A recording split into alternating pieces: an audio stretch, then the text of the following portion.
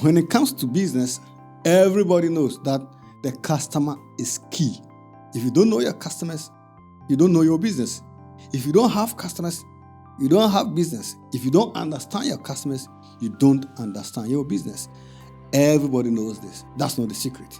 But the question is, who really is your customer? Sometimes your customer is not who you think. My name is Obrempong Toku Dum VIII. Sharing is my biggest motivation. So don't forget to share, subscribe to my show to be part of the business creators movement. When I started my educational software company where I developed educational content and software based on the Ghanaian curricula for kids, I thought the children were my customers because the children were the ones who used the tablet and the content at the end of the day.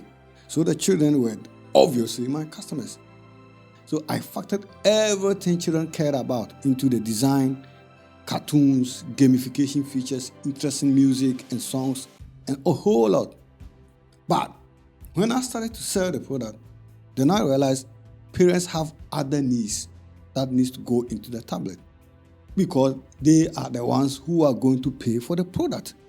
So I realized instead of just one customer, which is the user, in this case the child, I realized that I have one more customer. This is the buyer. So parents who are the buyers are now my customers. Since it became more complicated, now I have two customers to focus on. If I remove one of them, my product is not complete. Because if the parents like it and they buy it for their children, but the children don't have the things they need, they will not use it. And if parents realize that they buy things for their children and they are not using it, they will not buy again and they will not talk to their friends about it. So I had to make sure the parents like it and the children also enjoy it. But it got to a point I realized parents needed recommendations from teachers because they trust the teachers to know the right thing for the children when it comes to education. So they were relying on opinions from the teachers. So all of a sudden I have a third customer, this case the influencer. So the teachers became influencers for this particular product. For your product or your service, the influencers may not be teachers. They may be a different person altogether. It could even be an institution, which is the influencer. Then I had to factor the things that the teachers care about into the app, into the marketing program, into everything. Because now, if I remove one customer, the whole thing becomes very difficult to sell. Therefore, I had three customers: the user, the buyer, and the influencer, which are the children, the parent, and the teachers.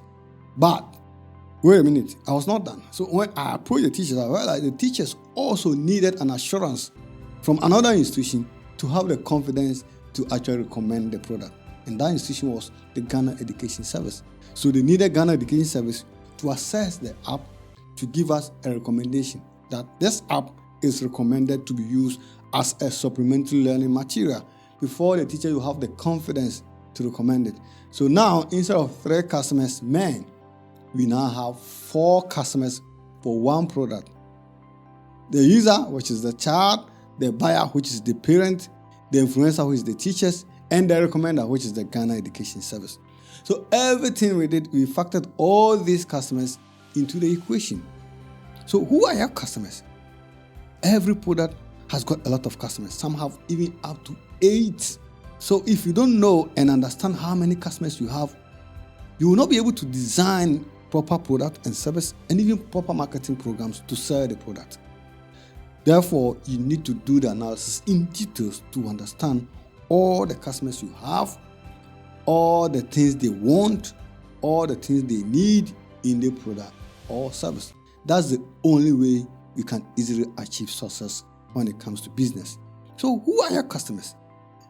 List them in the comment section below. If you have learned anything from this episode, don't forget to like, share, and subscribe to the show. I'll see you in the next episode.